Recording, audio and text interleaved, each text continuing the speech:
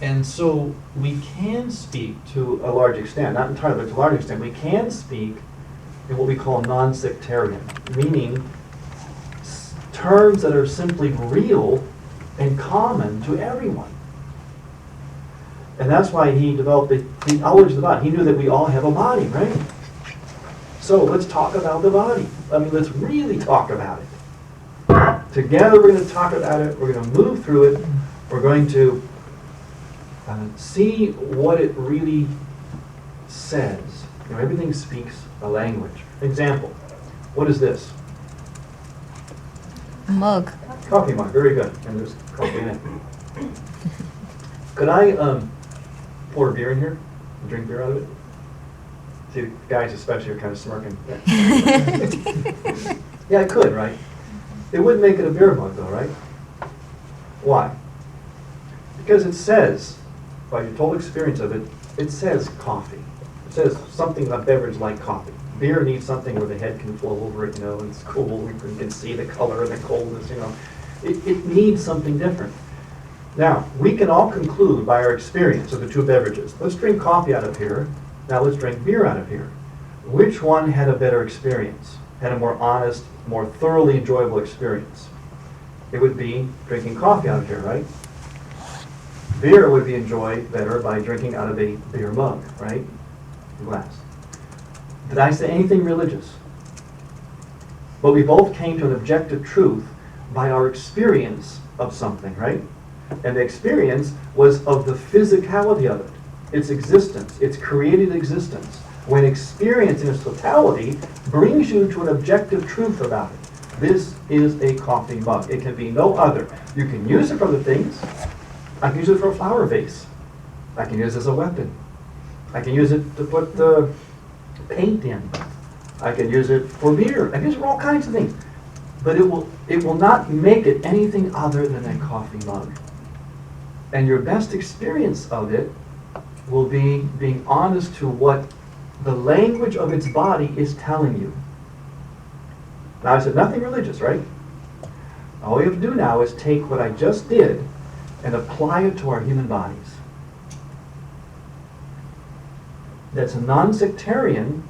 It can be done in a sort of a non-sectarian way. Ultimately, you'll arrive, yes, at the theological explanation, because it's the only thing that will bring the whole thing into focus. It'll give the why behind it. So that's what we're doing here with the theology of the body. Why, as Sister said, this is the answer. This is the way. This is the language, the way to bridge the gap between the church and the world, to speak to the world today. This is the new evangelization, as Christopher West always says too. This is the new evangelization, because this is what we're doing is affirming everybody's experience. We're not telling anybody they're wrong or bad. We're telling them that they're good and that their experience is true, but want to know what that experience actually is. What does it say? What is the truth about it? And it is through what we call that subjective approach. In other words, the phenomenological, the experiencing it thoroughly. Now, I want to make a little image here just to explain, to kind of get our minds right before we go back into the text. And picking up on your discussion,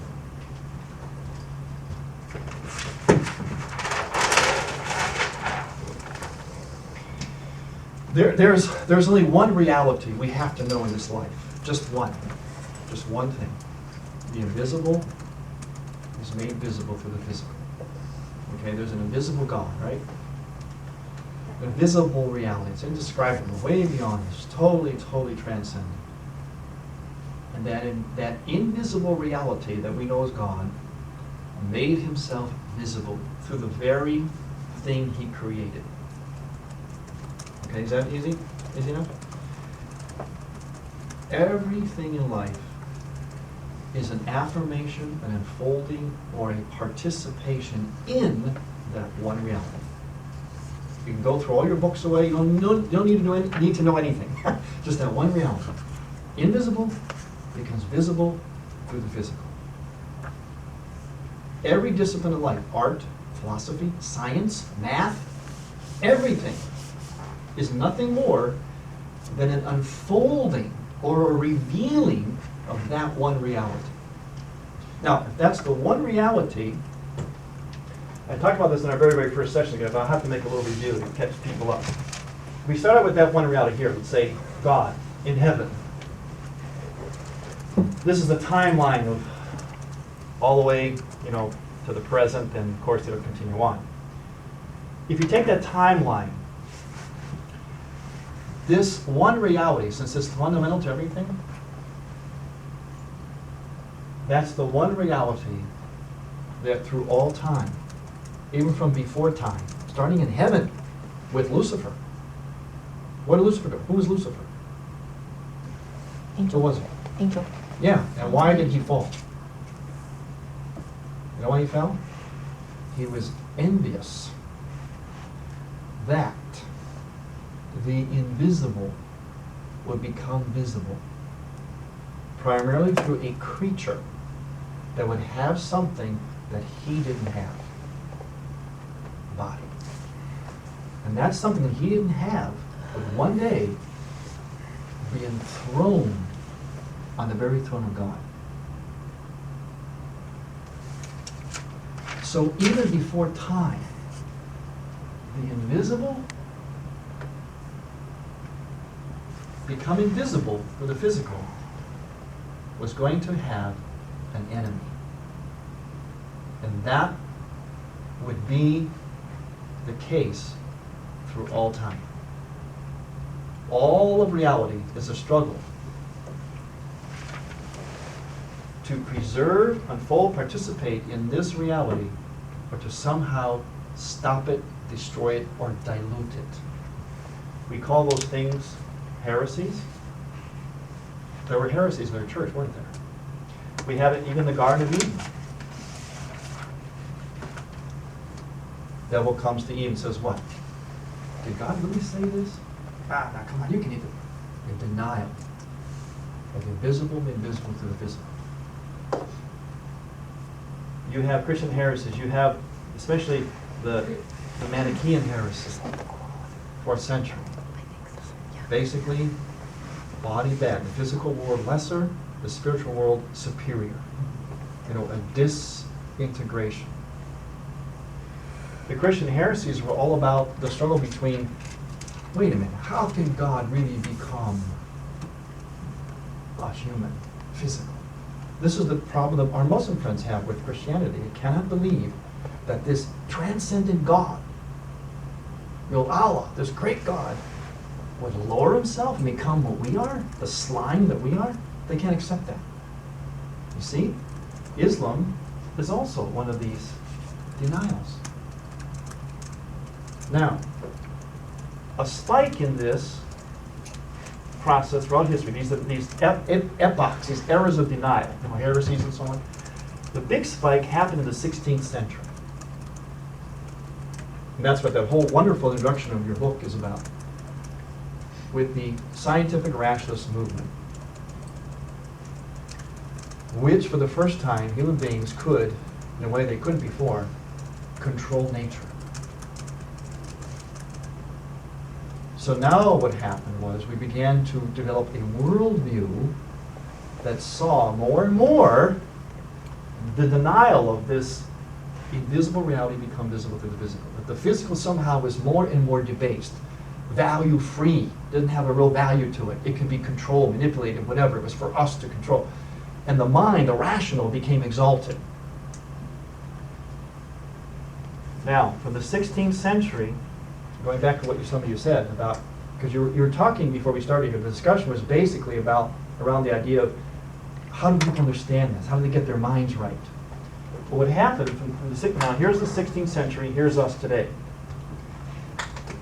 This whole era now has been colored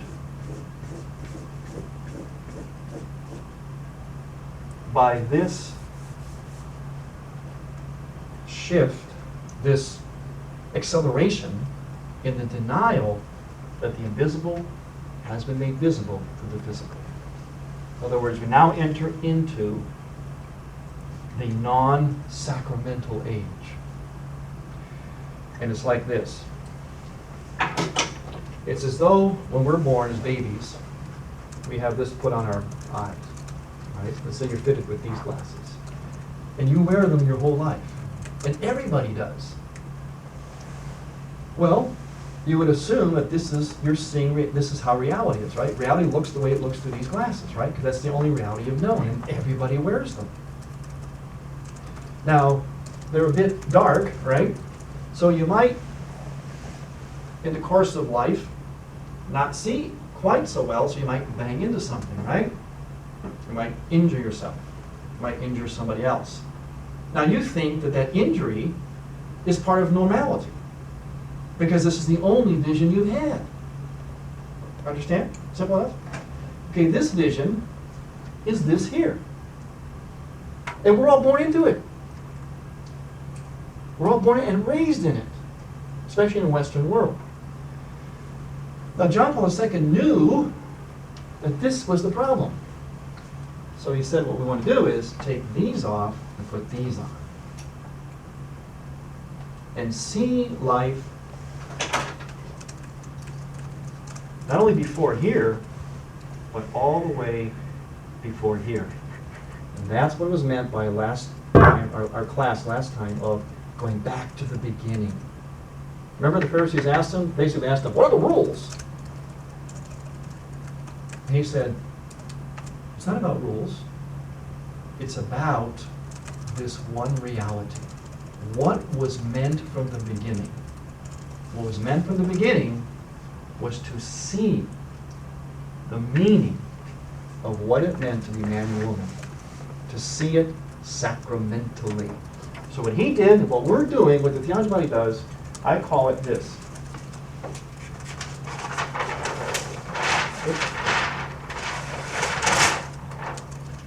We are going back to school. SCHL stands for we're going back to retrieve the sacramental, Catholic, human, liturgical worldview. Notice how all these words are together? They're all equal. They all mean the same thing. What is sacramental is human. What is human is Catholic. What is Catholic is sacramental, etc. They all mean the same thing.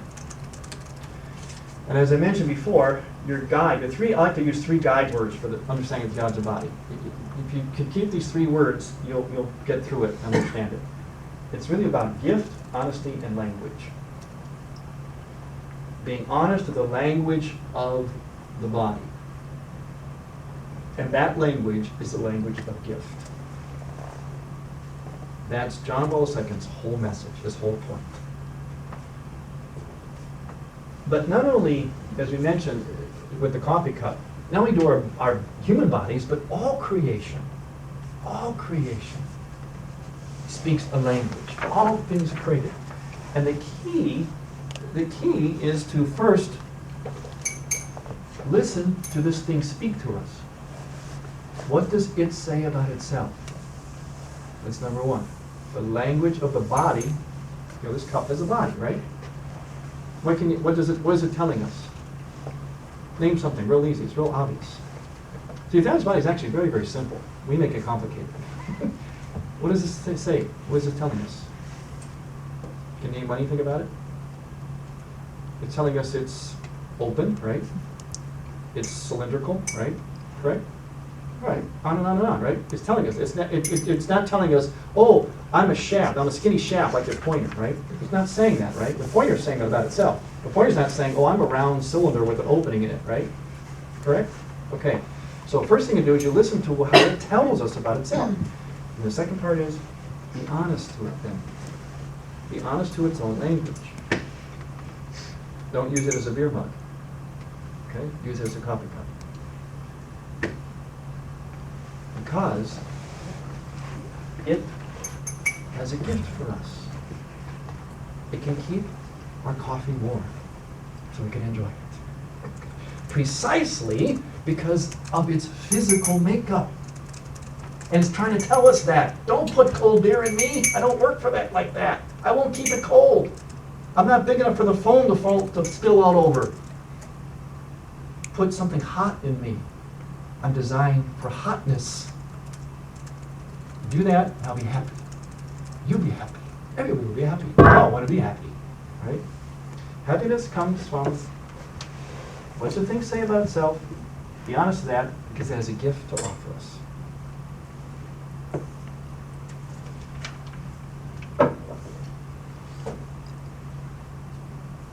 So, we're going to put on our sacramental worldview glasses.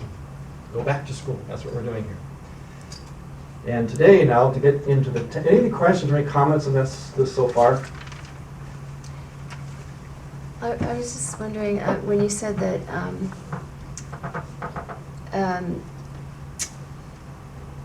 making the visible invisible, I mean, the subjective approach doesn't work, and so we try to use, I mean, the objective approach doesn't work, so we try to use the subjective approach. And I was thinking, when God came in physical form to earth, was he using the subjective approach? It's like, they don't get what I'm trying to teach them. I'm going to come here in a way they can see me and understand what I'm trying to say. Yes, he was. Absolutely. He's exactly right. But it was to, remember, we don't throw out the objective. We're arriving, the goal is still the objective. We're going to get to it irrefutably. So there's no place else to go. Now, see, that's the key. What you want to do, I call it catching the words. Any word, someone wants to talk to you about anything, church teaching, morality, sexuality, love, sex, and everything. What you do is you say, wait, stop. Let's take each word now and we'll talk, all right? Got time for lunch? Let's talk. Let's talk about love. And we're not going to stop talking, even if we go all the way up until dinner and until tonight, until we've said everything we can say about our experience of love as this thing, love, speaks to us, tells us about itself. So you penetrate what John, this is why he's hard to read, because he spirals through something, spirals down through it, all around through it, just doesn't say, here it is, let's march through it, boom, boom, boom. He goes, oh, let's see, let's look at this over here, how about this over there, how about that over there, so pretty soon, it's like taking this thing and going, I can look at every single way possible, and there's nothing else for me to say about it anymore. Therefore, I must conclude, and you must conclude, even if we hate each other, even if you're an atheist and I'm a Catholic, we still conclude one thing and one thing only. This is a black magic marker. Right? Doesn't matter your religion, doesn't matter anything. It's you and I experience. I'll feel it, you feel it. Write with it, you write with it. Smell it, definitely a magic marker. Right? Got a cap, gets all over you, says marker, right? On and on and on and on and on. No matter who we are. You could be a Muslim extremist. I could be a capitalist. Whatever. Opposite ends of the pole. All you got to do is experience something thoroughly. Not biasly or sort of or pretend or counterfeit, contraceptively, but thoroughly. Honestly, completely. And we will all come to that one objective truth. There's only one thing you can say about this thing that's true. It's a black magic marker. If I take this thing and I come up to you and poke you in the eye with it, right? And then I get arrested, you take me to trial, you say, tell me in the court, please present the weapon. Then with the jury, was this the weapon used to poke out her eye by Father Loya? Yes. Okay, they're calling it a weapon. It's still a magic marker, right? Okay.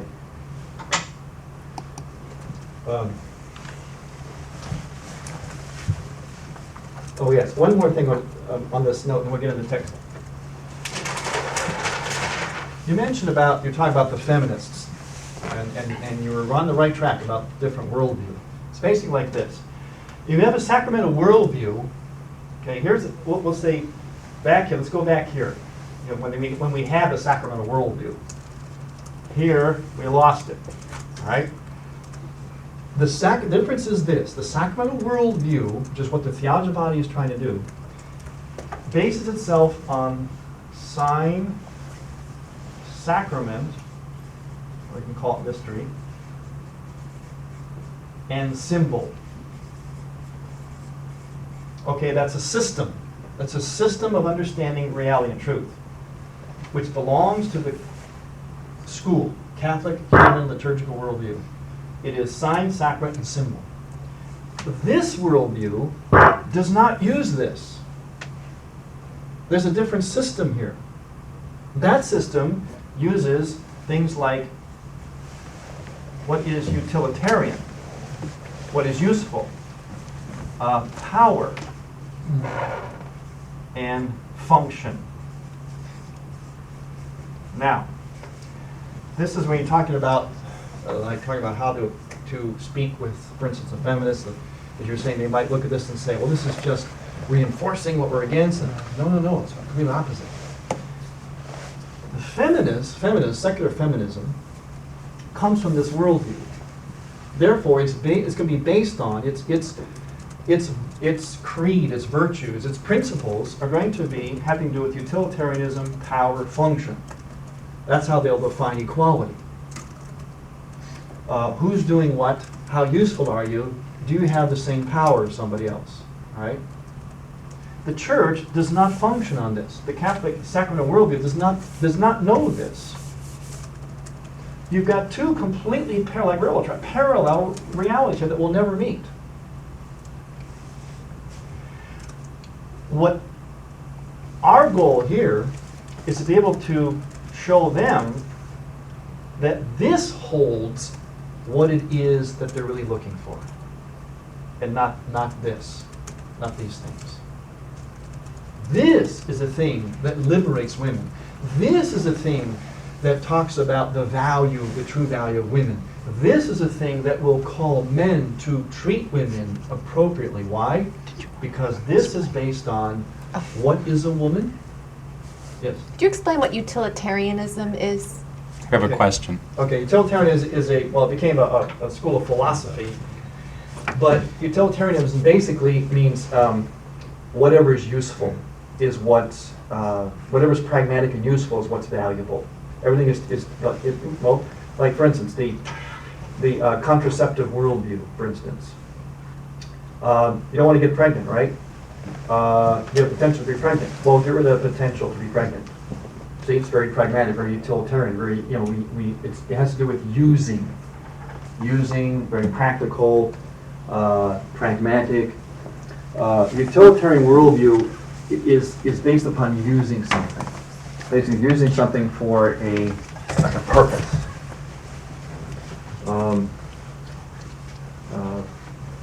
Usefulness. Is it useful? How useful is it? Okay. It's related. It's kind of somewhat related to functionalism. Like what is the function that something performs is what's good or valuable. Okay, they're asking if the Cartesian worldview is particularly germane to Western cultures, and are there cultures out there that still kind of hold on to a sacramental worldview? Yeah, the sacramental worldview is a worldview that is held first and foremost by Catholic cultures. I'll give you an example.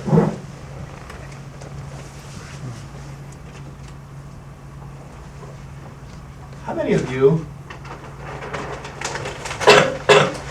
would like to tell me your choice? I'm going to offer you an all expenses paid trip to Fortuna, North Dakota, or you have your choice, an all expense paid trip to Rome, Vienna, and Paris. Which would you prefer? The second one. Why? You're so un-American? You got a problem with America? Huh? You want to go to American City? I'll offer you the greatest country in the world. I'll offer you an all expense paid trip to American City. Okay, why did you? Why would anybody? What do we like about those cities?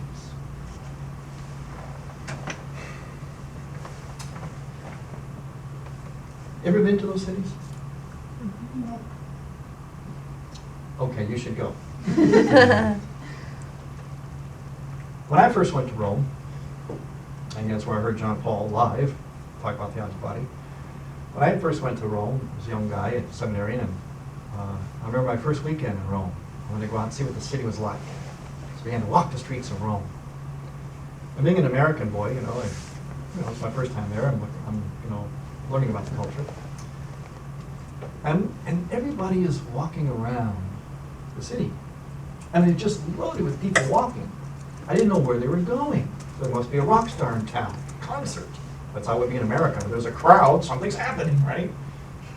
So I kept walking and looking, and the crowd got bigger and bigger, and there's more people walking. Where I turned, there's people walking, tons and tons and tons of people. I've been walking kind of slow too. Well, I later learned what they were doing. Nothing. So I came back the next weekend, found the same thing. I learned that that's what they do in Rome on Saturday night. They do nothing. But they fill the streets and do nothing. They just life out. But if you've ever been to Rome, it's very easy to do that. Because you see, Rome is built like most European cities, like this. The streets, very appropriate, are like spaghetti, linguine. Right? But the streets, the winding ancient streets, all spill into what's called a piazza. And Rome is laid out in piazzas. You know how where you go, you don't go by directions, or you go by piazzas. You want to know how to get somewhere? Oh, it's by piazza so-and-so. In the piazza, people come by the hundreds and hundreds and hundreds all night long and do nothing. There are fountains there. There are historic monuments, ancient churches, cappuccino, pasta, and just people. Gelato. Gelato, yes. And people just lifing out. Now, when I came to Illinois, I'm originally from Cleveland, I was told, oh, you'll like it here, Father Tom. It's great, easy to get around Chicago. It's built on a grid. Oh, okay. That's right. As many American cities are. Grid. Very utilitarian. Very useful. No one ever told me, oh, you like it here all the time, because on Saturday nights, downtown Chicago, the whole city just fills with people just walking around, drinking cappuccino, just lighting out. You like Chicago because you can get somewhere easily. It's a grid.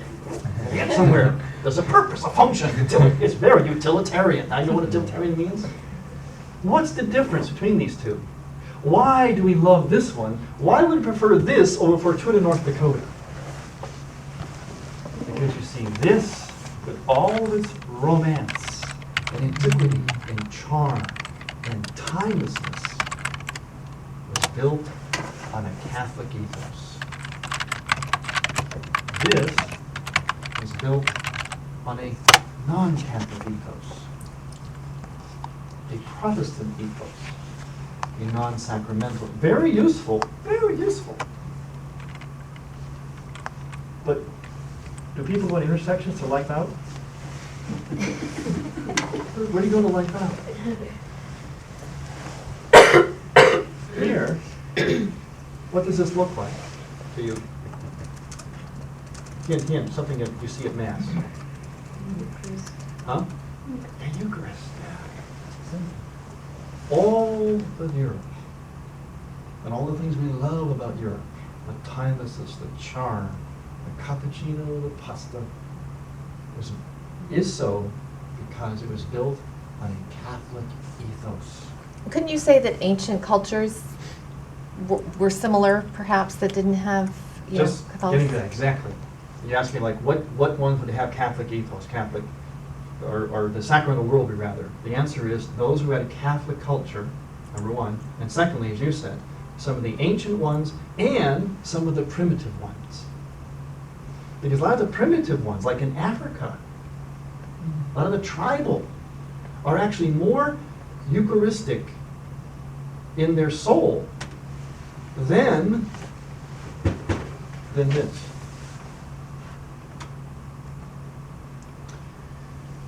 So the sacramental worldview still exists, but it's being, unfortunately, sadly eroded. It's being overtaken by this worldview more and more, unfortunately.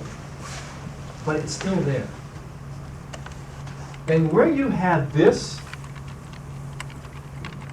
produced the Sistine Chapel, floor to ceiling purity.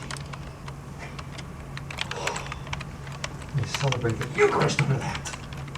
Golly, what's happened to the church? This one produces prudishness, puritanicalism, and its opposite, the sexual revolution, licentiousness. Why? Because this one is non-sacramental. Therefore, it cannot produce a correct worldview of the human person, especially of our human sexuality. It is this view. And that's the one we are raised in. Even if we're Catholic. If you were raised in the Western Hemisphere, you by and large wear these glasses. This is your perception of reality. What we want to do, what John Paul II was trying to do with this, as I said, is to do this. So we look at life like this. Eucharistically, sacramentally. What does that mean? The invisible made visible through the physical.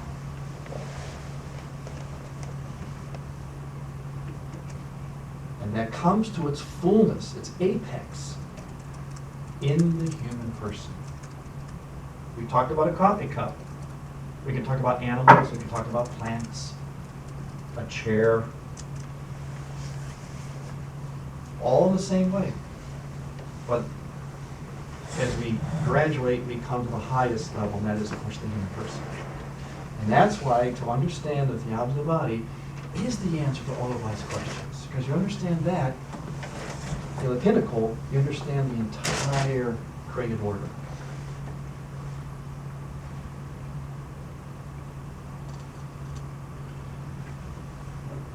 So you see, if someone drinks coffee out of this,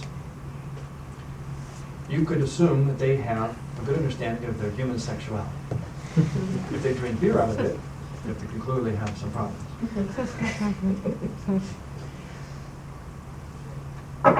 It's all the same. It's bound by the same DNA. Invisible made visible through the physical. The physical speaks to us. The physical participates in the invisible. Participates in it. We can actually walk into God. How? In our minds? With our souls? No. With our body persons. It says, 1 Peter, we can partake of the divine nature. Imagine that. We can partake of God, His nature. Not that we become Him in His essence. We're always human, He's always God. But we can actually partake of Him. How? Through this.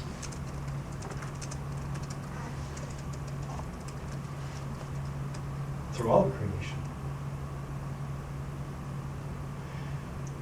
You know all the stuff about going green? Gotta go green. You know what that is? That's the world's clumsy way of actually trying to approach this worldview of the environment. You know that? I say clumsy because they don't have the language that we have. We're the ones that should lead the way with the green so it doesn't go to extremes and get all wacky, you know. So whether it's environment, global issues, relationships, everything has to be seen, if we want to have it go well, through these glasses. It means we have to take these off. That's a tall order. Because remember, we've been looking this way for 500 years. Never knowing that we've got this on. We think this is reality. Yes? There's a question. Is Father saying that utilitarian has its place, but sacramental is more important? Utilitarian does not have its place. Because it has no place. Because it, see this stuff here? Oh, well, I mean, okay, I said it here, utilitarian. Yeah, it's useful or pragmatic. It's useful in a sense, but as a worldview, no, because it's utilitarian basically says that something is a means to an end. All right. See, like even like this, I was being kind of like almost like sarcastic. Very utilitarian means like the road, the city becomes a means to an end. The road this becomes to get you to a concert, right? Or get you to the shore, get you to the boat, get you somewhere, right? So these have a purpose, like it's to be used for something else. It doesn't have the significance for its own sake. This does. The significance of this is nothing. No usefulness. This is designed so that you can waste your time in community, in fellowship, doing nothing. Just like we're supposed to do on which day of the week? Sunday. Ooh. Things are starting to connect here. The way a city's laid out, Sunday, Eucharist, the Garden of Paradise. What did Adam and Eve do in the Garden of Paradise? Nothing. They didn't get to work until they sinned. They didn't have anything to do, accomplish, until they sinned. Before they sinned, they did nothing. Just like that. Someone's asking, is there a non-sectarian language to describe a sacramental worldview? Yeah, it's called honesty. And you know what? That's the key. That's why I put it up there. To me, okay, so there's only one reality to know, visible made visible through physical. There's only one word you need to know. Throwing dictionaries away. Honesty. And you know what? That's the one virtue that's common to everyone, especially young people.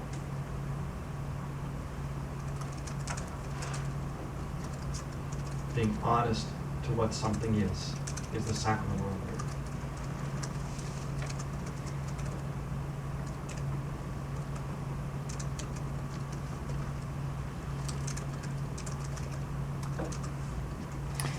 There's a question here. How can people be okay with doing nothing? How can one go about changing that frame of mind? By being honest to the rhythm of life. What do we mean by that?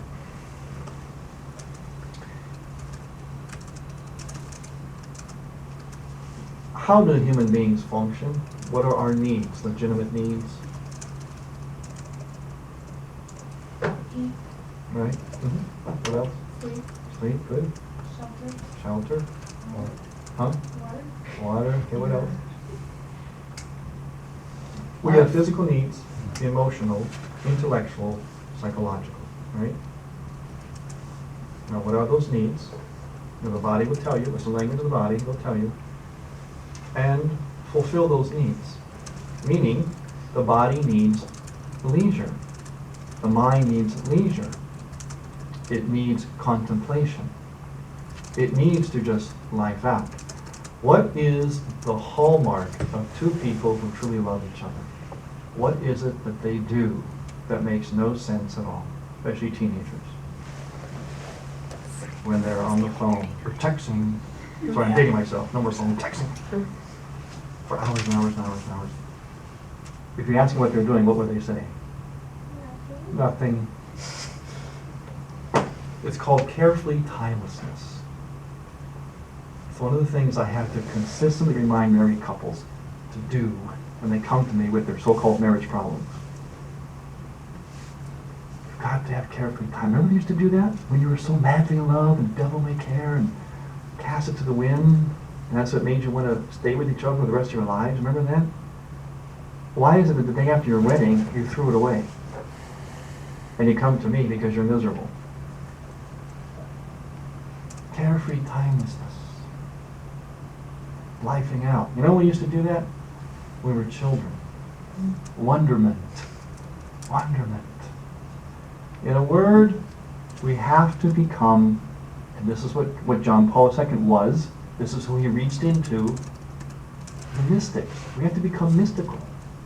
Mystical means what is most real, most concrete. Mystical is not something out there. Oh, come on, Father Loya, come on, find us. No, no, no, no. Mystical means the most real, the most concrete. Taking a long, loving look at the real. Recognizing something for what it truly is. And the truth about anything in this life, remember, what is that one truth? It participates or reveals, makes visible the invisible. Remember when you were a kid, did you lay in the grass, look up in the sky and look at the clouds and see images in the clouds? Watch bugs, play with them, catch a butterfly. Remember that? You know what that was? That was prayer. That was a mystical experience. You're doing exactly what God wanted you to do while He went to all that work to make a beautiful cloud, a beautiful sky, and a beautiful butterfly. So we could just sit around and wonder about it and go, wow. Wow. Then we got a little bit older, we'd be taught that when you say wow, now you can connect it with God and say, wow, isn't God amazing? If you do that long enough, you end up being a nun or a priest. Because you end up falling in love with God. You want to go, wow, your whole life. It started out when you were a kid. That's why Jesus said, unless you be like little children, you won't get to heaven. Because little children are by nature mystics. They go, wow, all day long. Do the silliest little thing for a kid. What do they say? Do it again. Do it again, Daddy. Do it again. Every moment is wonderment. John Paul II was a mystic. He reached into, for the Theology body, he reached into John of the Cross. He was profoundly influenced by the mystics. He was mystical. He's trying to get us to be mystics again. Mystic is a sacramental worldview. Okay? It's the most real. Example. Yeah. Don't you think that our being out of touch with nature is part of that? Like, even like, say, kids who don't have the opportunity, they might live in the inner city and don't see nature and don't have that opportunity to wonder. They can wonder at the people around them and Yeah, it's called, things, but a lot of children today are victims of videophilia. Videophilia. They're, as you say, sister, they're being molested, or, they're being dominated by screens. Screens. TV screens, computer screens, and they're not out there in nature. They have nature deficit disorder. And that's exactly right. They ought to be going out into nature.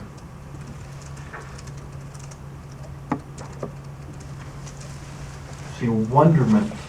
Wonderment. What did Adam say to Eve when he saw her? Well, the first words spoken by a man on this earth, first recorded words, they're words of wonderment. This one at last is bone of my bone, flesh of my flesh. Absolute wonderment.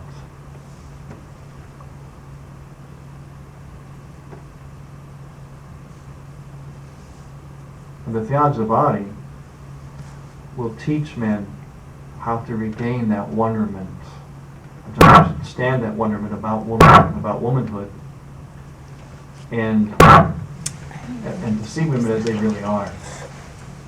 All right, should we get into the text now? oh yeah. Now we've got our minds hopefully softened up for it. 2 points. We'll go. I'm just going to pick out a few passages I think are salient, all right, in these, some passages that for these points. He's starting in the area called the meaning of original solitude. See, what he's doing here is he's trying to establish what he calls an adequate anthropology. In other words, what is the human being? Again, let's go in and walk around, spiral around that mystery. And we said that the first Sorry to interrupt you again, but back to that thought of, you were saying, like, if you really wonder, you'll become a nun or a priest. You wow all your. So they're saying, well, how do you translate that to marriage? How do people? Very good. That's what I said. Very good. You'll also become a great married person too, happily married person. You cannot be happy in this life unless you're a mystic. A mystic is not someone who levitates, has visions, and has stigmatas. That too. A mystic. Here's the definition of mystic. Get this down.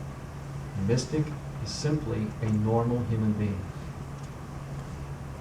The mystical is natural to our humanness. This is what John Paul II is doing in the Theology body, as we see, as we go through the text. He's taking us back to the beginning, meaning to what we really were. What is natural to the human person. What is original. That's why he calls it original man, original unity, original nakedness, original innocence. These are the things that were natural to us. The things we think are extraordinary are not extraordinary, they're ordinary. They're only extraordinary because we've got these glasses on. So when you go like this, you go, watch, you go like this, you go, wow, that's extraordinary. No, it isn't. It's normal. This is abnormal. But you thought it was normal all this time. You think that's extraordinary. Look how clear and bright it is. No, that's just ordinary. That's how you're supposed to look.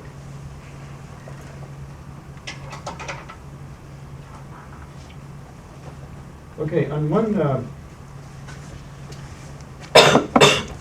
meaning of original solitude, I'm going to look at a couple of passages just on,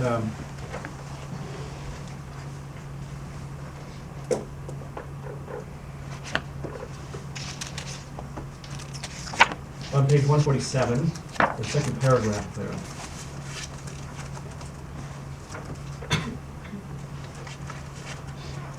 About halfway through the paragraph. It seems therefore on the basis of the whole context that this solitude has two meanings. One deriving from man's very nature, that is from his humanity, and this is evident in the account of Genesis 2, and the other deriving from the relation between male and female. In some ways, this is evident on the basis of the first meaning. Okay, the important point in this section of original solitude is this. Because, people today don't know what it is to be human. You know how we're confusing animals with being human? You notice how we do that? We almost put that, you get the PETA groups and all that. And, we're actually forgetting that we're different than the animals, or we don't think we're much different. We're vastly different. Why? First of all, the original solitude means that through his experience of his own body, Adam knew that he was different than the other animals. The other body was similar, but yet it was different.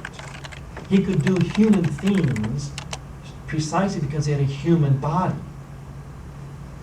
The animals could not build something, create something. They couldn't rule over him. He could rule over them. He could name them. And all these things he did because he had a body that was human. So there was an original solitude. He was different than every other aspect of creation. And he knew that that gave him a certain relationship before God that the animals didn't have. Okay, that's the first part of solitude. There's a second dimension to it. And I'm going to see that in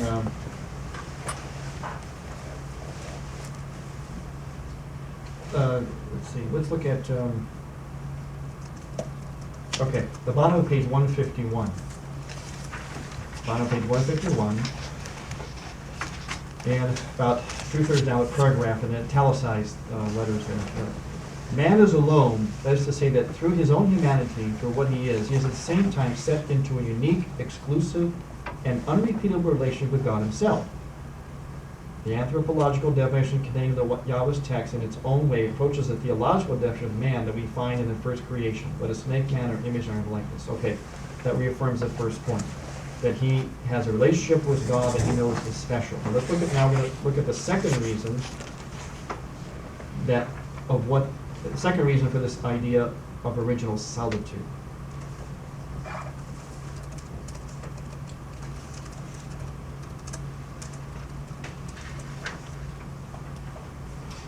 Let's see.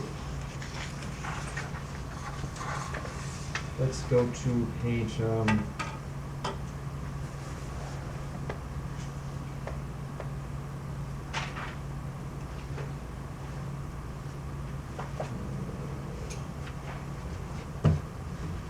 see,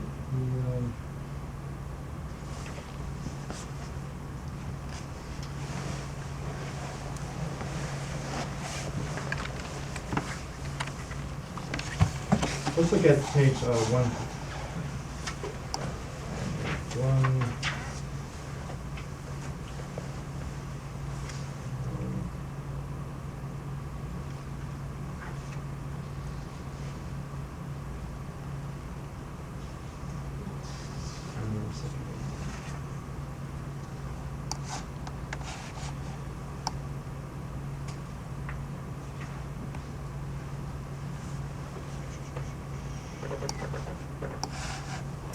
All right, well, let's see, we'll, trying to find a mark here where they're, okay, anyway, we'll come to it, I'll find the exact passage. But the point is that the second reason the second reason has to do with original solitude is that he realizes that he is alone in terms of himself. That is, that there is something else that is needed beyond him. He is alone in relation to God. He is different than the rest of creation because of relation with God and because his body is different. But that also opens up to the realization that he is alone as a male. He's alone as a male. There's something else that is missing. So there's two dimensions in original solitude. Think about it. He's Adam, right? He's a man. He's got his parts, right? There's no Eve. What are the parts for? Does he know? Exactly. But he knows there must be something else, precisely because he has, as he reflects on his own body, he realizes there's gotta be something else.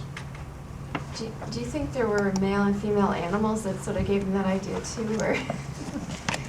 I don't know. Good question. Probably.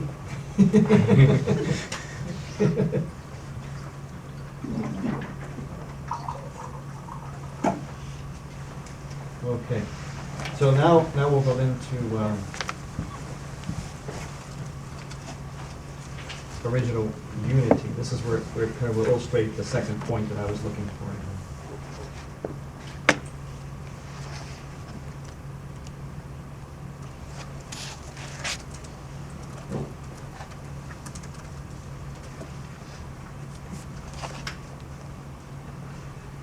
Okay, we'll start on page 161, and number 9, the paragraph at the bottom, 161, about halfway down. It says, this ontological dimension, unity and duality, has at the same time an axiological meaning. From the text of Genesis 2:23 and the whole context, it is clear that man has been created as a particular value before God. God saw everything he made, indeed it was very good. But also as a particular value for man himself. First, because he is man. Second, because the woman is for the man. And vice versa, the man for woman. While Genesis 1 expresses this value in a purely theological and indirectly metaphysical form, Genesis 2, by contrast, reveals, so to speak, the first circle of experience lived by man as a value. The experience is inscribed already in the meaning of original solitude, and then in the whole account of the creation of man as male and female. Okay, let's go down now to a little bit on the same page, 162, below, under communion of persons. In the about the fourth, fifth line down under communion of persons.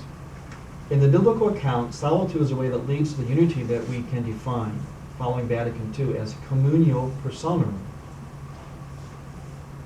As we observed before, in his original solitude, man reaches personal consciousness in the process of distinction from all living beings. Okay, we said that. At the same time, in the solitude, he opens himself toward a being akin to himself, defined by Genesis as a help similar to himself. This opening is no less decisive for man as a person. In fact, it is perhaps more decisive than the distinction itself. The man's solitude in the Yahweh's account presents itself to us not only as the first discovery of the characteristic transcendence proper to the person, but also as a discovered adequate relation to the person, and thus an opening toward and waiting for a communion of persons. Okay, translated. He realizes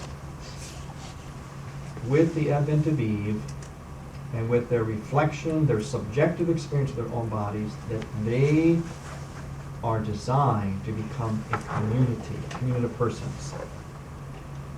Now we're going to come to a huge, huge point.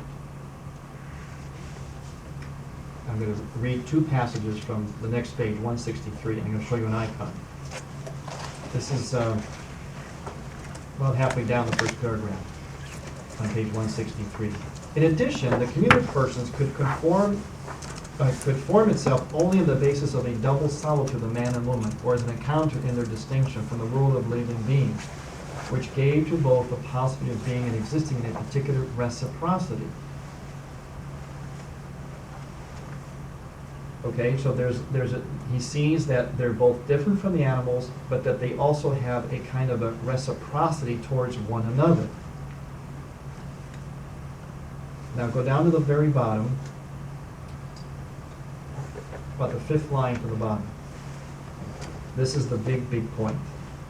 Man becomes an image of God, not so much in the moment of solitude as in the moment of communion.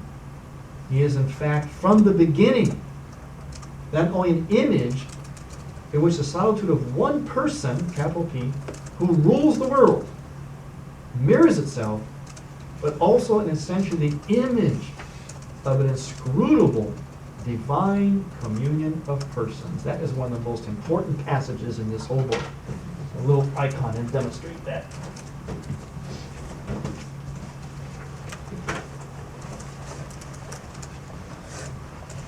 This is an icon of the Trinity.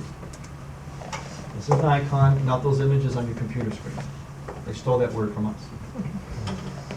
Movie stars, all these things they call icons. These are icons. This icon is an icon of the Trinity.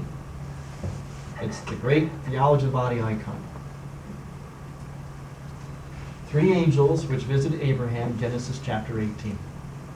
Father, Son, and Holy Spirit. Okay, God who is Trinity. Three persons yet one God. There's that mystical again. How can three persons be one God? This is what our Muslim friends can't understand about how we believe in God. They say you believe in three gods. And we say no, think mystically. It makes no sense rationally, think mystically. Three becomes one. And mystically means you just live it. That's the greater reality, not what you can figure out in your head. What you live is the greater reality. Father, Son, Holy Spirit, put together in a circular composition to denote eternity, heads tipped towards each other to denote love, a communion and union of persons. A communion and union of persons. See the chalice there? Right? You see that? Communion, community, right? On the altar, what looks like an altar. A whole Eucharistic image in here. In fact, there's even an invisible chalice. If you look across, go down the shape, the negative space. See that? See how he does that? He puts a negative image of chalice on your subconscious and a positive image, just to hammer home the fact that this God, what makes him different, the defining thing, is that he's a community. A community of persons which become one. Which is a union and communion of persons in love. In this, we are made in this image. And this is what Adam and Eve realized through the subjective experience of their own bodies. Precisely through their gendered parts. And we'll pick that up later on when we talk about the spouse meaning of body. Okay, let's go now to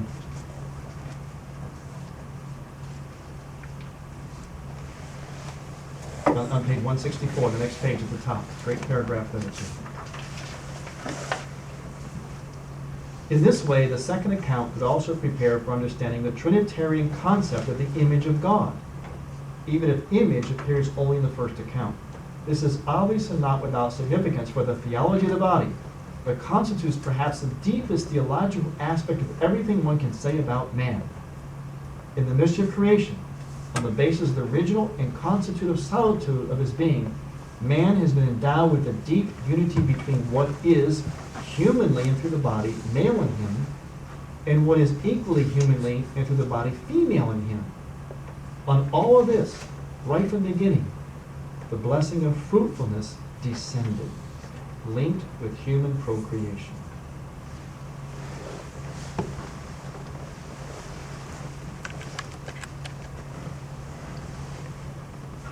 This unity of persons, community of persons, also will become fruitful. It will create. Life and love, the two L words, are inseparable. You cannot have love without life. You cannot have life without love. That's called being honest to the words. What is love? Penetrate its mystery. You will see that life is inseparable from it. And vice versa. Yes? I was just wondering if the Trinity persons are as distinct as male and female humans are from each other.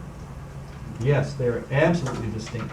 And that's the great mystery. You see, they are absolutely distinct. They are their own unique persons. As unique can be.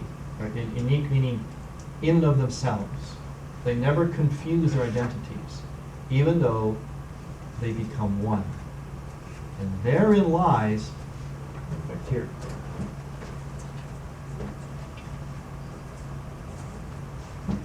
this now is the great, now we're going to really put on our sacramental glasses. Okay.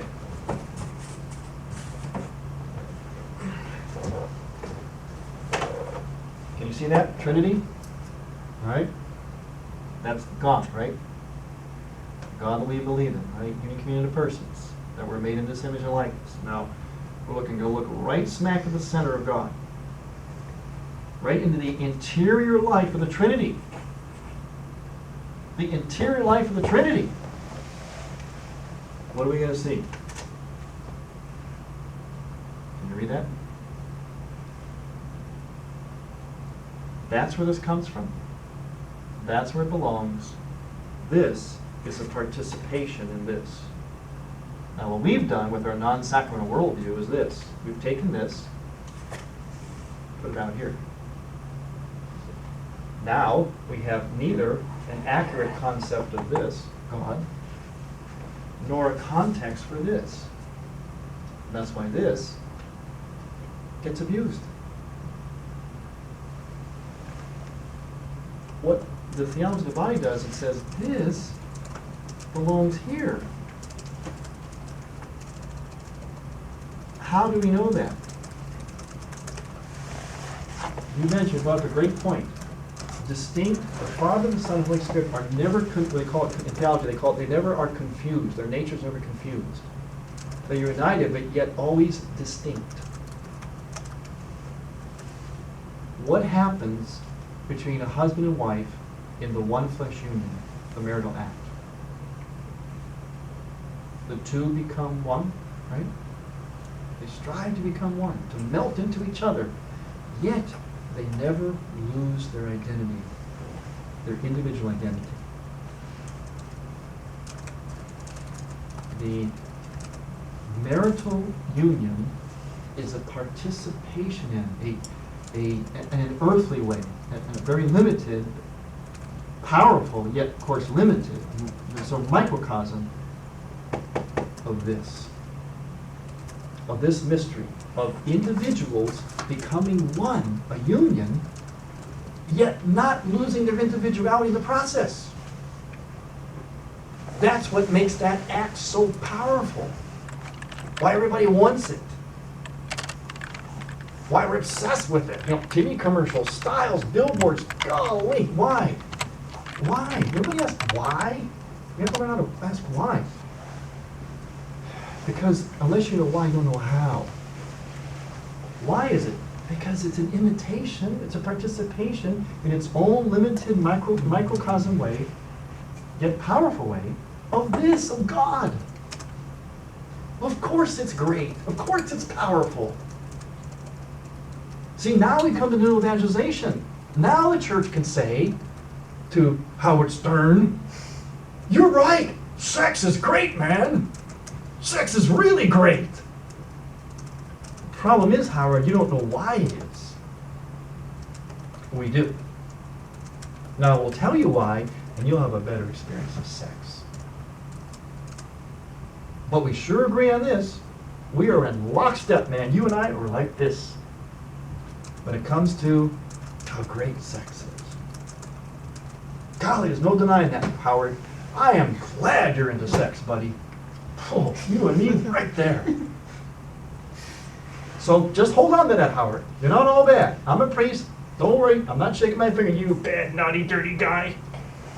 I'm saying, oh, you and me right there, buddy. But let's go over here in a beer mug. And I'll tell you why it is. Because you know what?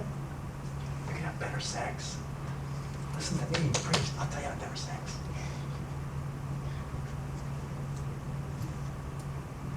See, we can do that now. Maybe we can convert the Howard Stern to this one. Because we can tell them that what's real to them is all right.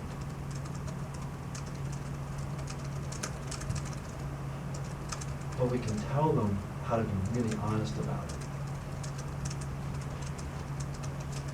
We can do that now because of this. We couldn't do it before. All we could do basically is say, "You bad boy, you naughty boy, you sinner, you pervert."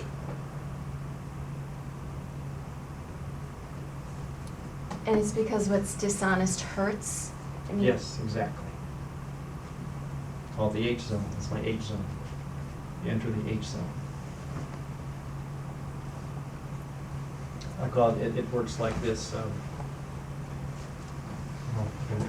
Time real quickly. What you just brought up was something really, really salient, so I'll put it this way. Remember I told you the only thing you have to know is honesty. That's why I call it the H zone. Okay, Father, before you get started on that, they're kind of asking like, oh, there's 3 persons in the Trinity, but there's only 2, Ah, yes. male and female. Very good.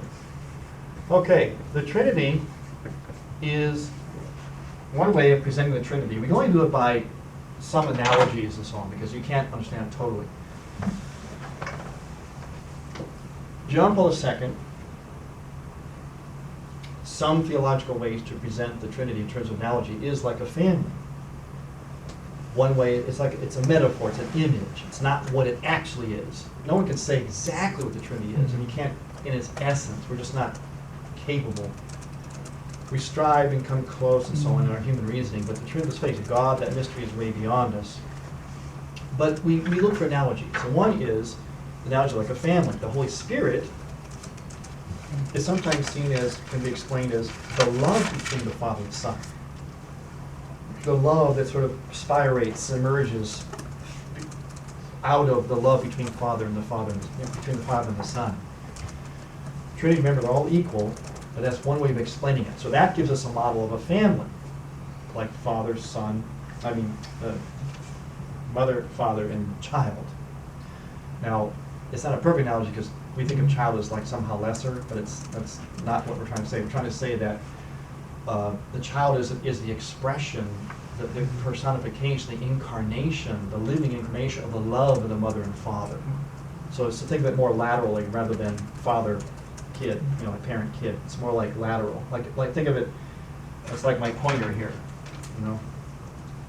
it's something that grows out of, one grows out of the next, out of the next, out of sort of telescopes. Think of it that way. It's like they call it spiration, you know. The love of the Father and the Holy Spirit emerges out of that love, okay, that kind of a thing. So like a child is the living personification. A child emerges out of the love of the Father and Mother. So that's how there's the Trinity. One way the Trinity is kind of analogous to family, or family to the Trinity. Also, the fact that, regardless of the number, the fact that you have more than one. See, when you have more than one, you have a community, and that community becomes one. The community becomes one. So in the Trinity, you've got Father, Son, Holy Spirit. Between man and woman, you have two who become one. Out of that comes life. See, life emerges. Remember, life and love, or the propensity to life. So this is why the Church's teaching on against contraception, this kind of thing, is so foundational, because it's simply affirming what is the reality of how things were, you know, from the beginning. Life and love go together. From the union of a husband and wife is always is present, automatically with that. You cannot separate that as a point of fact. Even though we try with things, contraception, the potentiality for life is inseparable. It comes with that.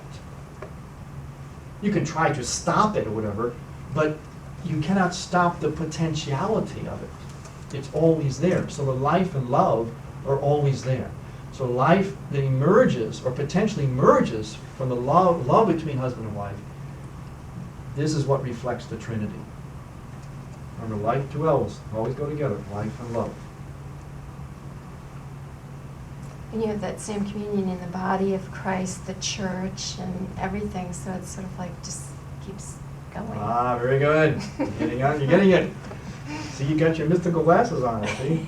Right, we're going to get into the next section we'll get into for next week. We'll begin now, one of my favorites, the spousal mystery. That's the DNA of the created order. The spousal mystery. The spousal mystery means, you know, this Trinitarian God moves out. Remember I said he makes himself visible through the invisible? The invisible God makes himself visible through the physical. He does so by what? Uniting himself with his creation intimately. He just doesn't talk about himself. I reveal myself as God.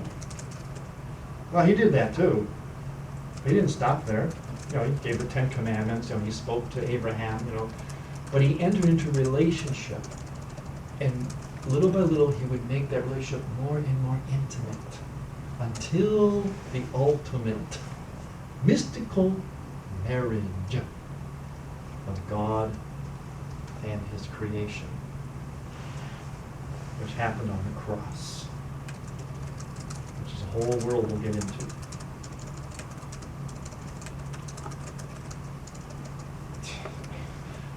The story of Revelation, the history of Revelation, is the history of a groom courting and warming his bride up for the ultimate fulfillment of that relationship in the intimacy of mystical union.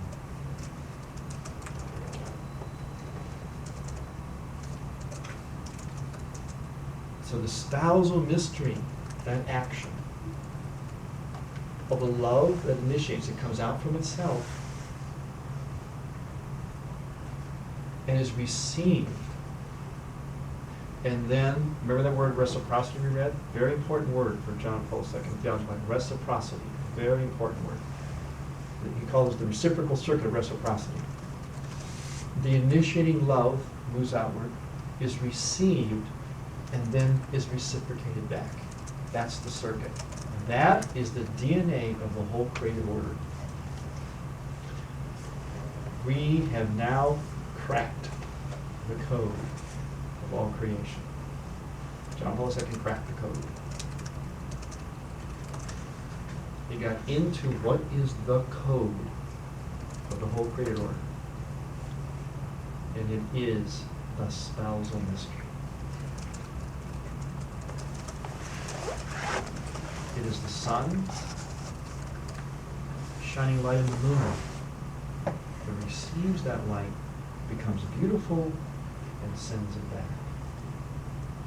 It is the waves of the shore, received by the shore and sent back in this beautiful rhythm that we all love, called walking by the seashore.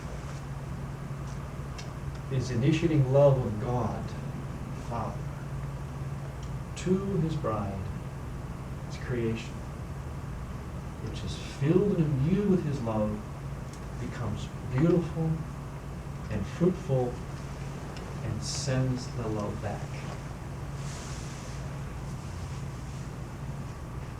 It's baseball season, isn't it?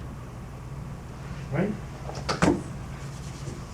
The pitcher throws the ball so the catcher can receive it and throw it back again as the game goes on.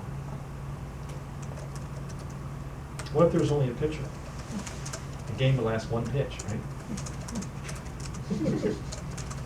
No catcher, no one to receive, right? No batter to hit it back, right? And make the game. Initiating, receiving, reciprocating. The DNA of the created order.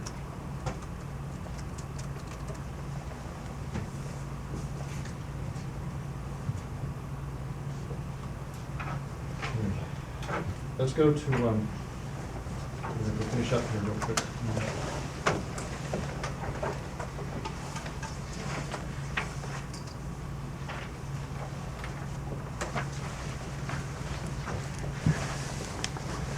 Oh, you know what?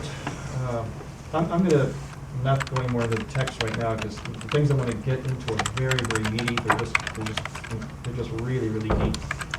So rather than start it, we'll just kind of end here if you want to have any questions or comments.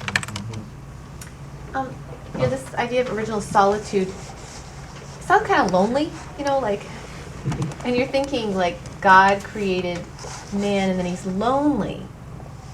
So is it almost like kind of, I mean, in that account of creation, so of course, in that account, which is a little richer and deeper, man has to experience like himself first and then realize that he's alone and then can recognize almost by contrast when woman is created. But then they're both alone together. He talks about that. And could you say almost, and then he keeps talking about this first covenant with man, which I didn't quite grasp because he doesn't go into detail on that. And I've never really heard that before, that God established this first kind of unspoken covenant. There's nothing there that's ratifying this covenant like in the other parts of the Bible. So is it almost like God created us in a little bit of an exile from himself, even though they had, you know, bliss and they saw him and they talked with him, but it's almost like that's the test. We're a little bit removed from him. Right, exactly. Because you see, we had, and this is what happens when we get to eschatological man, we had a supernatural destiny. You know, Adam and Eve were happy in paradise, but they still had a destiny that was yet not complete. Adam and Eve would have passed into the next life. Their destiny was still in the next life, as all of ours is. The difference is they would have passed into that next life, body and soul intact. Would not have been death as we know it. And to answer, as Sister was saying, in this life there would still be a certain kind of incompleteness that they would have known and felt, as happy as they were. Their destiny, their fulfillment was yet to come. This is why many will say that Jesus Christ would have come on earth. The incarnation would have happened even if we didn't sin. That there would have been an incarnational, there would have been sort of a theological speculation, but most would say that Christ, there would have been this incarnation anyway, because the destiny of the human person was this ultimate intimacy with God, which would be known in part on this earth. And for Adam and Eve, it was known to a great degree because of their innocence. But it was yet to be fulfilled. And it would be fulfilled in the life to come, the eschaton. And that's why John Paul, he basically, there's three phases of the human person. There's original, which we're in now. Then there's historical, which is after original sin, in the time we're in now. And then there's eschatological, in other words, the next life, when our destiny is fully realized in the next life, body and soul reunited, transfigured, gloriously. How do we know that? How do we know that we had a destiny? How do we know Adam and Eve would have moved, as all of us would have, gently, beautifully into the next life, body and soul intact? How do we know that? We know that because it happened to Jesus and the Virgin Mary, the new Adam and the new Eve.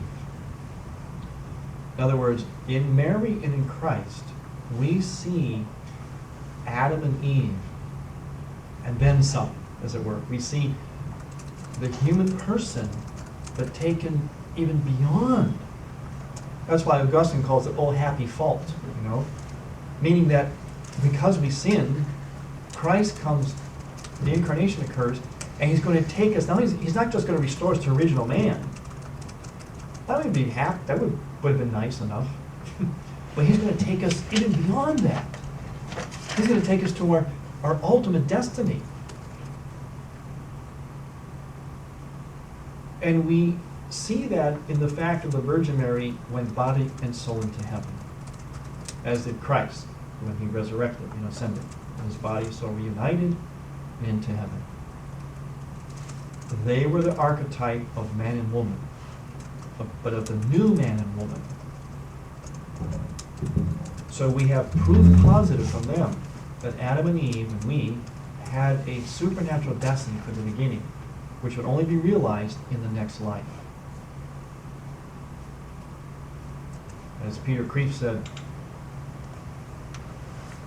the death, separation of body and soul, is a cosmic obscenity. Never meant to be. So, as Sister said, even though they were happy in paradise, they had this first covenant. What was the covenant? Is it simply this dependence on God? Yeah, that's how I would see it. That there was this, like this relationship. They had this intimate relationship with God, but it was yet to be. See, I think that when God said, "Don't eat of this fruit, this tree," it was. I kind of see it as, because I have something in store for you. Your destiny is not yet. You will grow more and more into my image and likeness, and have this ultimate union with me in destiny. When they chose to eat from the forbidden fruit, I believe what happened there was, as with the case with all sin, all transgression, is in one way or another a shortcut to the real thing, a shortcut to their destiny. Because remember, the tree had to do with knowing, having a knowledge of God. So there was something yet in store for them that God would have unfolded in his time and so on. But they wanted it now. The devil said, just grab it now. Maybe as smart as God right now. So they took the shortcut. And if you look at sin, all of our wrongdoing, all mistakes, think about it.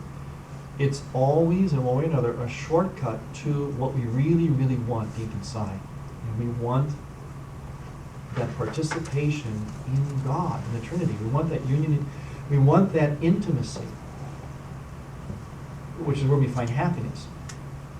So we want happiness now, so we take a shortcut. And that shortcut manifests itself in things like greed, sin, stealing, robbing, killing, lust. Those are just shortcuts to the real thing. This is why theology of body is so critical for real purity of heart, because it can identify for us what our yearning is. And that the things that we choose that are wrong and hurt us ultimately are nothing more but shortcuts to the real thing.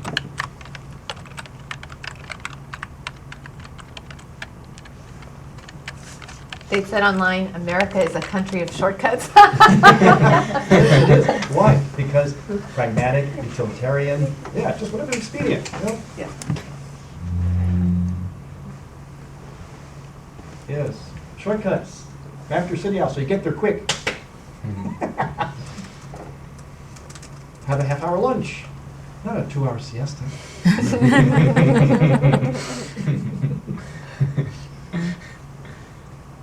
Drive cars everywhere to get there faster, instead of strolling through along the sidewalk, arm in arm, enjoying the fountains and the cappuccino. It's like we're trying so hard to enjoy life, we miss living. Exactly. Exactly. We miss living. And we were designed primarily to live, to life out. And even work, work can, comes in, is now becomes a means of sanctification, but it was originally, toil was a punishment, it came from the fall. But even work, see, we don't, see, they know how to work in different, well, you should go and try this with the siesta system. What do you guys, you guys work, right? You have jobs? Be honest now, what do you feel like after lunch? Between like noon and 2 o'clock. What was productivity? Yeah, no, everyone's talking. See what we do? We fight it. We go against it. Then what do? We drink too much coffee. We get ulcers. We get all these health problems. We force things. We're not honest with it. Our body says it's time to rest a little bit. We say, oh no, we're going to be dishonest to our body. Here's what the body says. We're going to force it the other way. What do they do in Europe? Oh, my body says that. I'll just go with it. Wake up after a little nap, I feel good. I think I'll work a little bit more, be more productive, more happy. And I'll stroll around tonight, have cappuccino. Really? Why do we do that in this country? Because utilitarianism, function, produce, the thing, usefulness. Long lunch, that's not useful. They won't make the profit. Now, I'm not downing America, I'm just saying the contrast, trying to make a contrast here. Just a half-hour lunch. Keep working. More productivity. See something about utilitarian? It's whatever's useful for the purpose. Never the thing in and of itself. It's like everything's driven by the GNP or whatever, gross national product. Yeah. In Italy, they have these all these shops, little shops. All good. In the siesta time, they have these like garage doors on them. They look just like, sister, exactly like your back door in here. If I pulled up. They go right down. They close them until about 4 o'clock. Then they lift them up if they feel like it. And have them open for night, late in the night, shops are open late because people are strolling around. Sometimes they'll say, maybe enough money today. Just close up quickly. Go have pasta. It's so neat. And they're doing well. They're doing good. They've been to Italy. Their dollar's better than ours. Right now, And we're attracted to those cities. Why? Because it's our humanness that's saying, oh, that's correct. That's honest. Yeah. Beauty. Food. Walking around. And those things are on a human scale, too. If you go to New York, it's like so overwhelming, New York City, Yeah. because it's not on a human scale. You can't walk to your destination in Manhattan unless it's the next block or so. Do you know what gas is in Germany right now? $8 a gallon. Now, Europe looks at us and say, what are you Americans complaining about? We've had $3 or $4 a gallon for years. How come they're not as bothered by it? They don't drive as much. Huh? They don't drive as much? Yeah, as you say, sister. Their cities are laid out, villages. It's more conducive to walking, riding a bike, and something else that they develop, which we'll probably be forced to develop more so, is mass transportation. The train system in Europe is wonderful. One or two cars per family. Yeah. I mean, there's no Hummers. They're all smart cars. Yeah, exactly. All smart cars. Yeah, it's mostly it's a lot. Well, they have cars around, but they do scooters, walking, bikes, trains, and jam-packed buses.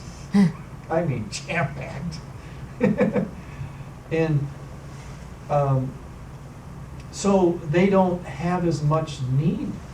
It's not as critical for them.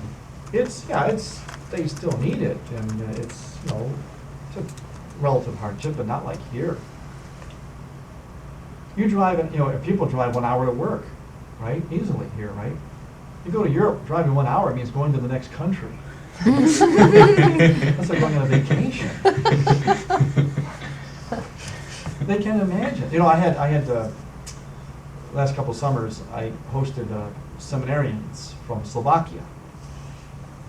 The first thing they did, the thing they could not get over were our roads here. Your roads are so big. There's so many of them. This is going on and on and on. They said, in our village, we have one road. And the whole country is like that. Imagine, the country is like that. So, the need for all this gas just isn't as great as for us. I mean, it's still there, but it's not like here.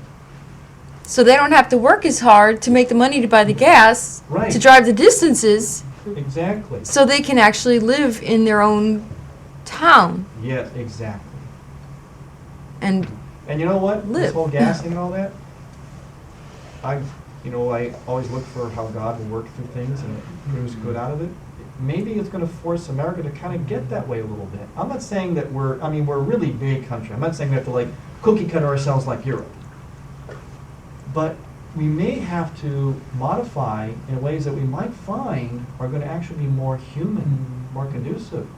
People won't be driving everywhere. They just might have to stay at home and talk to each other. My goodness. That just might help marriage and family. Huh? I say make the gas prices $10 a gallon. If it'll produce that. Yeah. I thought about that, Father, but I think what they'll do is stay home and play video games. Yeah,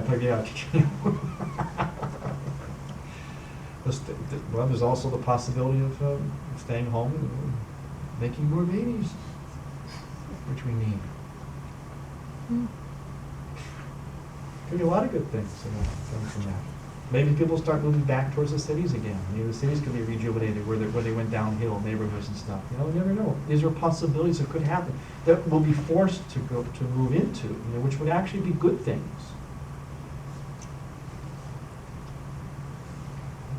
I'm hopeful like you are, that because we all picked Europe, right? And everybody would pick Europe. We all have the same things written in our hearts, and if we can relate theology of the body to how they view it, where they see it, that they're going to get it.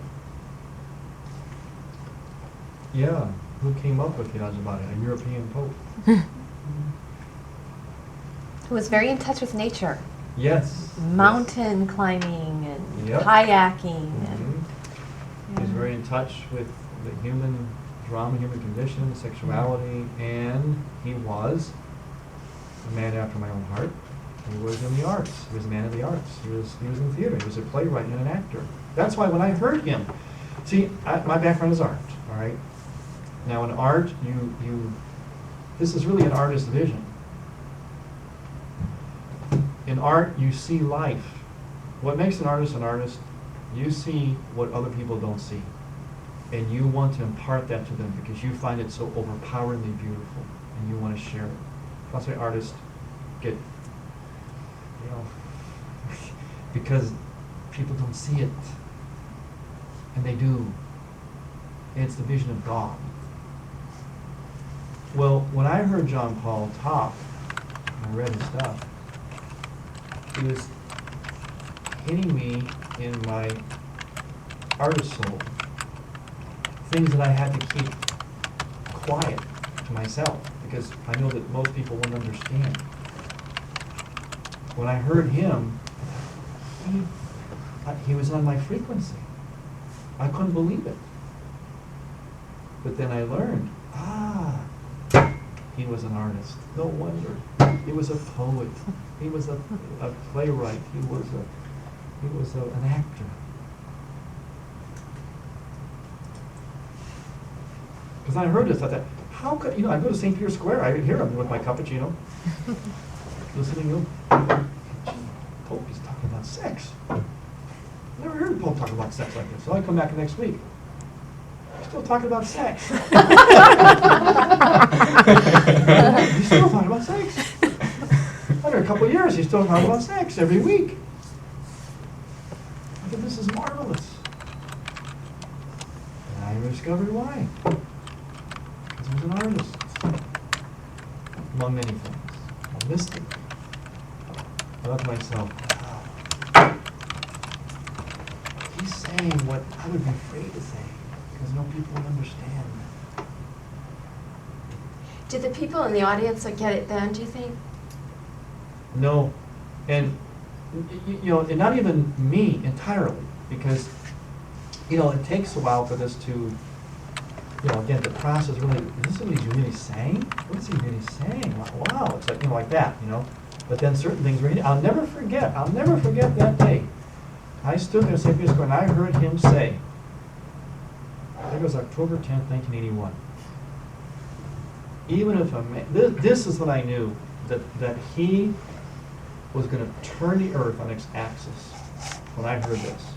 This is the part where he went like an arrow and he shot it right into the center of my art heart. He said, even if a husband looks at his own wife lustfully, he could commit adultery in his heart. When I heard that, I thought, this guy's going to change the world. Didn't it get picked up by Jimmy Carter or something? Didn't he say something like that? I remember that day too because we were doing book visitations in St. Louis and it was on the radio and the National Organization of Women protested it. And someone commented to me, what is the Pope saying here? What does this mean? And I just looked at him and said, he's defending women. He's saying the woman is a person to be respected as a person first. But I remember being astounded that the National Organization of Women was protesting this instead of applauding. But the Catholics, too, were in an uproar over that. And they were Exactly. saying, what? A husband can't look at his wife and appreciate her beauty or whatever? It's like, no. It's the way he's looking at her as a thing Right. for self-gratification or a person. Exactly. And, sister, I thought those were my exact thoughts when I was in St. Peter's Square and I heard those words. And I thought to myself, naive me, I thought, yes, the feminists are going to love it. I can't wait till it gets back to America. So I came back to America, and just like you said, sister, I couldn't believe it. They twisted it around. How could they this is everything that they're supposedly crying about, and he's saying it. But And that's they how totally far twisted it. off we are. That's how Yes. far confused we are. We think this is normal. Yeah. And then when we come across this, we think this is weird or wrong at first. It's that utilitarian view of equal. Yes, and Yes. like you said, so a lot of men, they would say, when I work with guys like this, I was, one time I was talking to a bunch of men about this, and I was using art, so you'll see, well, eventually I'll bring that in. And he was saying, Father, what are you talking, this guy, he was Italian, sounded like Joe Pesci, Father, what are you talking about? I mean, I can't look at my wife like that. You gotta understand, I'm Italian. So? I couldn't, and I had to try to teach him that arousal or attraction, to find your wife attractive, to want to make love, not to her, with her, is not the same as lust. See, it's a very hard distinction for men to make. But that's why I knew when I heard this, I thought, that is that nuanced, that little nuance is huge. That's the axis upon which relation between husband and wife will turn. And I knew it would take a rethinking Our brains have to be reconstructed to understand this. Because it's very difficult in our country, especially for men, to understand the distinction. And when I work with men, in fact, we're going to have this weekend, the weekend for men on purity and pornography. It's what I try to teach them is it's okay to find women attractive and beautiful. In fact, I would tell you it's a sin if you don't. However, it's what we mean by that attraction and what you do with it. I said, listen, I'm an artist. I sympathize with God. He was the best artist. He went to a lot of work to make what John Paul II called God's masterpiece, womanhood. You got to appreciate it. Don't insult the artist. He made women to, womanhood is synonymous with beauty. Do you know that? Womanhood is synonymous with beauty. Men must see women as beautiful, as attractive. You get that, Howard? I hope you're watching. Do you hear that? There's a priest. You have to have a priest saying it. Yep, men must see women as attractive and beautiful. But what we mean by that, and what they do with that, that's the difference. Remember, John Paul II didn't say, if a man looks at his wife, period. He says, if he looks at his wife lustfully. What did Adam? He sees Eve, bone of my bone, flesh of my flesh. This one at last. Remember, now it's in your footnotes too. What state did God put Adam in when he created woman from his own body? Huh? Sleep. A trance?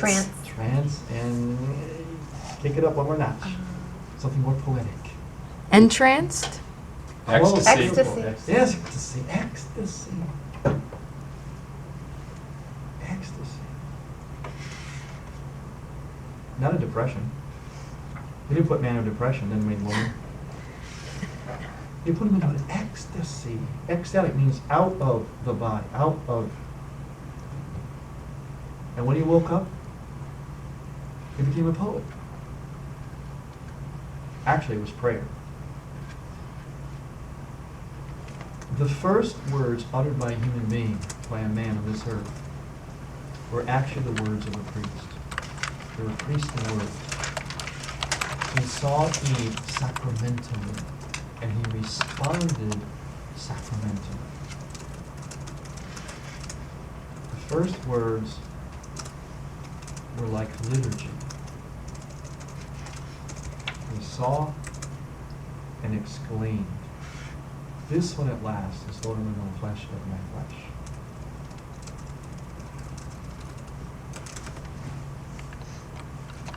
It was a evocative prayer of praise. He was in awe. And that is how men should see women. All women, every woman, womanhood. That's sacramental. See, a lot of guys feel guilty just because they find women attractive. I tell them, feel guilty if you don't. That's what you do with it. Father, we have somebody online who said they talked to their priest once, a man who talked to his priest once about this issue and asked him, is it still wrong even if I think of my sweet wife? And he said yes. We're not getting any more clarity from the chat line than that, but can you see where he's going and address that for him? If he thinks of his sweet wife. It's probably talking about if The he lusts the after feeling his of wife. lust. Oh, yes, it's still wrong. See, and again, this is very difficult for men. I understand. Can you just clarify the word lust? Because I think Okay. people confuse it with desire. Exactly. Desire is okay, but lust is something completely different, and it's always wrong. Right, exactly. Lust is wrong because lust seeks to appropriate. Lust does not consider the other for their own sake. It sees the other. See, love, always remember, love is defined this way. Love by its nature, this is why you know something is really love. There's one thing and one thing only. it moves out from itself towards the other for the other's own sake. Once you have anything that tries to take something back this way, the opposite direction, that's where you have what's called, John Paul uses the word appropriation, and therefore, from objectifying, rather than gift, being outward oriented. Now,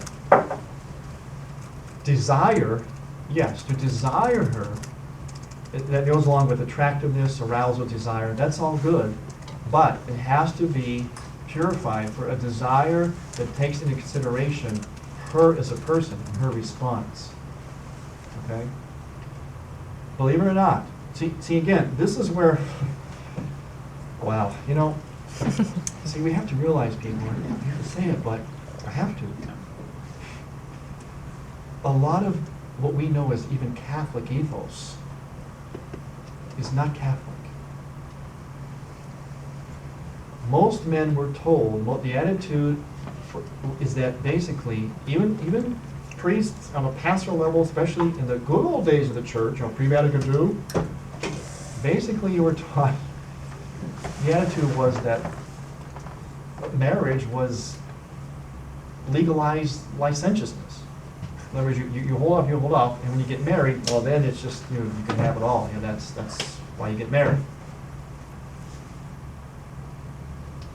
I had a person of mine, a guy, he was Protestant. He married one of the girls from our church, and they went to the priest who was my predecessor. He was an older priest, and we went to him years ago, and this guy said to me, "Yeah, Father Tom, I remember going to a pre-Cana. You know what it consisted of? We sat down in front of the priest, and he said, 'All right,' he turned to the fiancée, the woman, the girl, and said, 'Don't ever deny your husband, okay?'" And this guy said, "Man, I'm marrying into the right church." 2 weeks into the marriage, I found out that wasn't true. But believe it or not, that was pretty much pre-Cana in the good old days of church. All of you watching, you belong to the good old days, all the Latin Mass, everything was great in the 50s. Believe it or not, that was the majority of pre-Cana in the good old days of the church, the 1950s church. Priests would basically tell the woman, "Don't deny your husband, otherwise he'll look outside the marriage." We have a woman commenting, "I can't believe the priest said that." That was basically, they didn't call it pre-Cana, they didn't really have pre-Cana. They had some more of that depending on the priest, but by and large, that was the attitude. Now, that was not really Catholic. John Paul II came along, and he gave the real Catholic thing when he said, "A man does not lust even after his own wife." That's Catholic. But see, it got that Manichaean demon, that non-sacramental worldview bled in even into the church. Yeah, they would say that. One of the things, Fathers, Love and Responsibility, where the Holy Father says that the opposite of love is not hate. The opposite of love is use. Use, right. And lust is use. So the opposite of love would be lust. Right. Because it's utilitarian. Exactly. Very good. That's our big word for utilitarian. Yes. And I guess when I originally read the part on lust, what struck me was lust, just like you said, using. When you lust after your wife, it's using her as a means to your own ends. Right. It's objectifying her for your own self-gratification. It completely gets rid of the whole communion of giving and receiving. Exactly. And because the whole idea of the marital act is to form that union and communion of persons when both cooperate. I know it's hard for a lot of guys because it's a nuanced thing, and it's a huge thing, but there's a big chasm between, on one side, desire, appropriate desire, arousal and attraction, and lust. They're asking, why is this suddenly coming to light? Why have we been suffering all these years? Okay, very good. That's always ultimately the question in a theology presentation. I call it the holy anger. Especially when I give talks, we get into more and more. We'll get deep into the male-female stuff. It'll be a lot of fun to get into that. When we get deep into that, what it really means to be a man and woman, how we are to be to each other, invariably people come up to me and I call it a holy anger. Like, where was this 25 years ago? 30. One woman came to me, where was this 60 years ago? I was married. I could have been much happier. To answer the question, it was always there, but it got veiled. It was always there, and if you really look at the deep Catholicism, but it got veiled and then repackaged or represented as Catholic. Yes. Part of the problem is we live in a culture that's totally me-oriented, and we have been secularized by our culture. Yes. So it's almost impossible for a Catholic living in a culture that is totally selfish to understand the difference between lust and sexual attraction. And a lot of guys are going to confession for lust when all they are experiencing is sexual attraction, where the Pope says there's absolutely no problem Right. with being sexually attracted to someone. Right. An erection, whatever, is okay. It depends on what you do with it. Right. It's not in of itself wrong. It's what you do with it.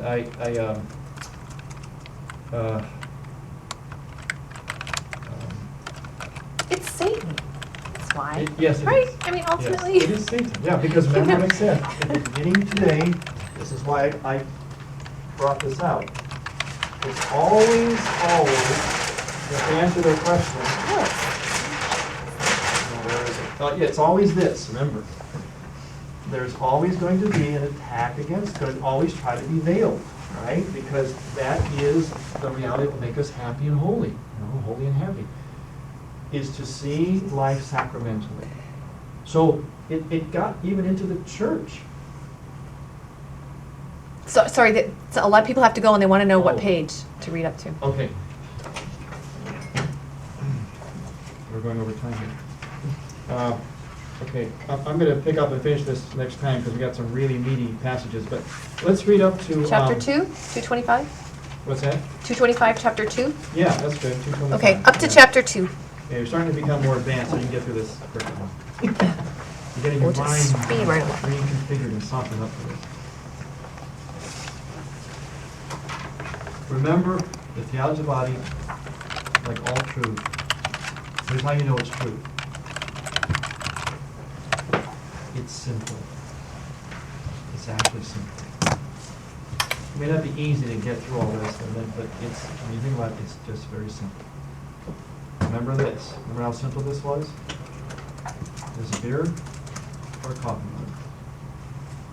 Feel it, smell it, test it.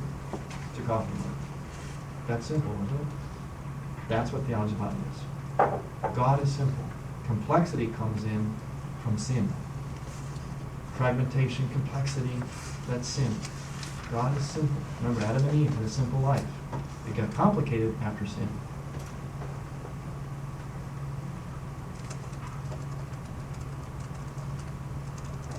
Okay. Thank you. So we'll see everybody the second Wednesday of June. Yes. And here in Chicago, we meet at 6:30, and we will begin at 6:30 with Father's presentation, and then have a discussion following it, Okay. so that the content will come first, and then we can kind of work it out in our minds together. That would be 6:30 Central Time on the second Wednesday of June. I don't have a I think calendar it's handy. June 11th, I think it is. We'll announce it on Facebook and Twitter. Oh, good. Sister Helena has her Yeah, mailing list. June 11. I'll post Sister Helena's email address. If you're not on the Theology of the Body mailing list, please send a message to Sister Helena and we'll put you on. Or give me your emails now. You won't miss a trick. They said you should have a coffee cup that says, "I am simple, I am a coffee cup."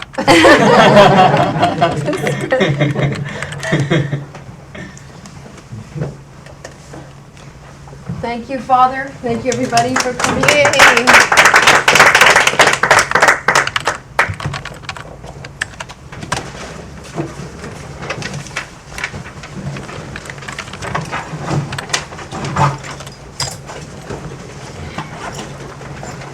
Thanks, Father, they're saying. Thank you.